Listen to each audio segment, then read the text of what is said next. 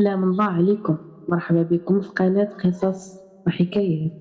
اليوم جبت لكم قصة جديدة فيها عبرة وتشويق، وغادي ناخدكم لعالم مليء بالأحداث والمفاجآت.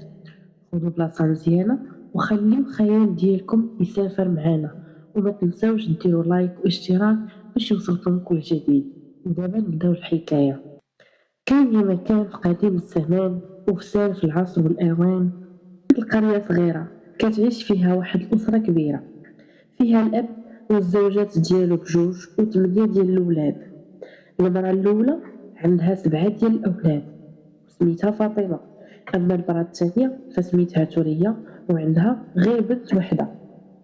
كانت قايمة بها غير فاطمة، كدير الشقا ديال الدار، تنظم، ترتب، طيب، غير مع الضو وطاب والحوايج ديما نقيين. وهذا الشيء كان كيخلي الأب ديما تيشكر في فاطمة وكيمدح فيها، كيتزاد عليها غير حسد على حسد وغيرها كل نهار. واحد النهار من النهارات في الربيع، من بعد ما حسنوا الخرفان، قرروا النسا بجوج انهم يمشيو للضفة ديال الواد باش يغسلوا ديك الصوفة. هما غير وصلوا وحطوا ديك الصوفة وقادوا لها البلاص باش يبداو يغسلوا فيها في الواد، وهي تهرب ثريا مشات وجلسات كتعاود مع الجارات ديالها، وخلات فاطمة كتغسل في ديك الصوفة بوحديتها. بدات فاطمة كتضرب في الصوف في الماء بالعصا حتى غسلاتها كلها، وعاد وهي تلحق عليها ثريا.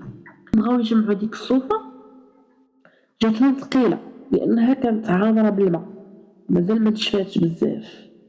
وهي تقول ليها اش بان ليك الا ربيتك بقرة بالحزام ديالي السحري، وهكا نقدو نهزو هاد الصوف كلها نديروها على ظهرك، ومنين نوصلو للدار ترجع نضرب ضربة تانية بالحزام السحري ديالي وترجعي لحالتك الطبيعية.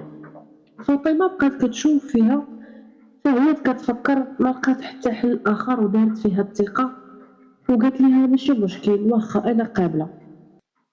ديك الساعة ضربات ثريا فاطمة بالحزام السحري ديالها وهي طردها بقرة، وغارت فوق منها داك الصوفة فوق من الظهر ديالها وداتها جراتها للدار، وهي فرحانة حيت دات في هذيك الحالة وعلى السذاجة ديال فاطمة اللي قبلت بسهولة بلا ما تفكر.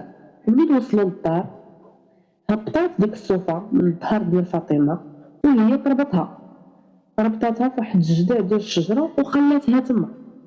بقات فاطمة تتشوف فيها وعينيها فايضين بالدموع، والقلب ديالها كيتحسر على داكشي اللي دارتو فيها ثريا وعلى الثقة اللي دارت فيها.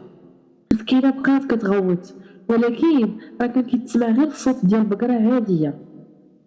ومنين رجع الزوج للدار لاحظ أن فاطمة مكايناش، وهنا يسول عليها ثريا، كاينة فين يا فاطمة؟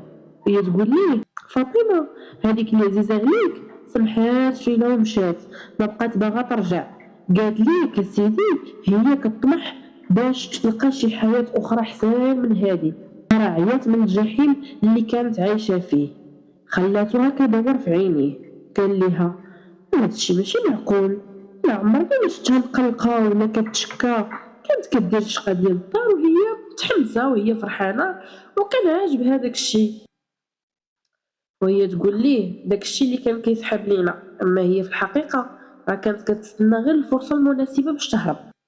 وهو ينتبه للبقرة ويقول ليها هاد البقرة منين جبتيها؟ قالت ليه ايوا يا سيدي هاد البقرة رانا لقيتها غير في الطريق، بقيت كنتسنى تيبان مولاها، ما بان ليا حد وانا نجرها وجبتها معايا للدار نستافدو منها، هي تعطينا الحليب وتقدر تعطينا حتى عجولة. فالزوج ما شك في والو، قنعاتو ثريا. اما الولاد 7 من شافوا ديك البقرة بالغريزة ديالهم حسوا ان هذيك البقرة كيعرفوها ان ديك البقرة هي الام ديالهم، حياو يتوسلوا للاب ديالهم وهذيك ثريا الشريرة باش يطلقوا سراح ديك البقرة المسكينة، ولكن حتى واحد فيهم ما بغى، لان الاب ما شك حتى لحظة في ثريا. من بعد ما دازوا ايام فارقت فاطمة مسكينة الحياة غير بالحزن على ولادها وعلى حالها. طلبوا الأولاد ديالها أنهم هما اللي يتكلفوا بالدفن ديال البقرة، وهي تقبل ثريا وخلات حتى الزوج أنه يقبل باش ما يشك حتى في حاجة. اجتمعوا الأولاد بسبعة ودفنوا الأم ديالهم في الداخل ديال الغابة باش حتى واحد ما يعرف ديك البلاصة، في واحد المكان اللي هو هادئ وجميل. وخداو وعد على راسهم أنهم كل نهار يزوروا القبر ديال الأم ديالهم ويدعيو ليها. من بعد ما ولات توريا هي اللي مكلفة بالدار، قالت هادوك الأولاد السبعة أنها ما غتكلفش بيهم، اللي بغا شي حاجة ينوض يديرها. وحتى الزوج مسكين ما قدر يتدخل ولا يدافع على ولادو، لأنه خاف حتى توريا تغضب وهي تمشي حتى هي وتسمح ليه في الولاد كاملين ب8 بهم ويبقى هو اللي مسؤول عليهم. فقرر أنه يسكت وما يتدخلش. كانوا الأولاد مساكن كل نهار يمشيو للغابة يسقيو القبر ديال الأم ديالهم ويدعيو الله ويترحموا عليها، وكانوا يلعبوا ويغنيو ويقولوا يا أمي الغالية ديري لي بلاصة حداك، يا أمي الغالية ديري لي بلاصة صغيرة. من بعد أيام بدات واحد الشجرة كتنمت بواحد السرعة كبيرة، وكانوا كل نهار منين كيجيو يزوروا الأم ديالهم يلقاو تحت الشجرة قاع داكشي اللي كيتشهاوه، كاين اللحم، الحلويات، الدجاج، الفواكه. وكانوا كيدوزو النهار ديالهم كامل حداها يلعبوا ويجريو وياكلوا، كيبقاو تما حتى كتمشي الشمس عاد كيرجعوا للدار. ما كيرجعوا حتى الليل شبعانين حلاكم حمرين وصحاح باللعب والجرا والمشي ديال كل نهار. نهار على نهار توريا وهي تلاحظهم، بقات كتشوف ولاحظت أن بنتها هي الضعيفة في خوتها، مع أنها هي اللي كتقابلها وهي كتعطيها تاكل، والدراري الآخرين ما كتعطيهم حتى شي حاجة وهما غاديين ويصحاحوا. عيات تصبر وهي تسولهم اجي نتوما اش كتاكلوا ملي كتمشيو للغابة؟ وهما يقولوا ليها حنا كناكلوا غير داكشي اللي كنلقاوه، كنكونوا دايزين تتلاقاو معاه صافي. المهم أنه يكون صالح للأكل بحال الفطر، عنب، التمار، اللي لقيناه كناكلو هادشي اللي كاين. وهي تقول ليهم هاد المرة مين تكونوا غاديين ديو معاكم ختكم حتى هي وعطيوهم داكشي اللي كتاكلو وخليكم صحاح بحال هكا. لا غد ليه مشاو الأولاد كاملين للغابة وخداو معاهم حتى الأخت ديالهم، ولكن اتفقوا على أنهم يمشيو لبلاصة أخرى في الغابة باش ما تعرفش البلاصة ديال الشجرة فين مدفونة الأم ديالهم، باش هي ما تمشيش وتقول الأم ديالها على السر ديالها، لأن الأولاد ما بقاوش كيثيقوا في توريا من داكشي اللي دارت. واخا هكاك كانوا كيحنوا كيعطفوا على اختهم الصغيرة وكانوا كيقسموا معاها داكشي اللي كياكلوا اللي كيلقاو في الغابة. كانت البنت فرحانة كتلعب وكتجري مع الإخوة ديالها، ولكن ما جا يجي الليل حتى مرضت البنيتة مسكينة وشدات الفراش.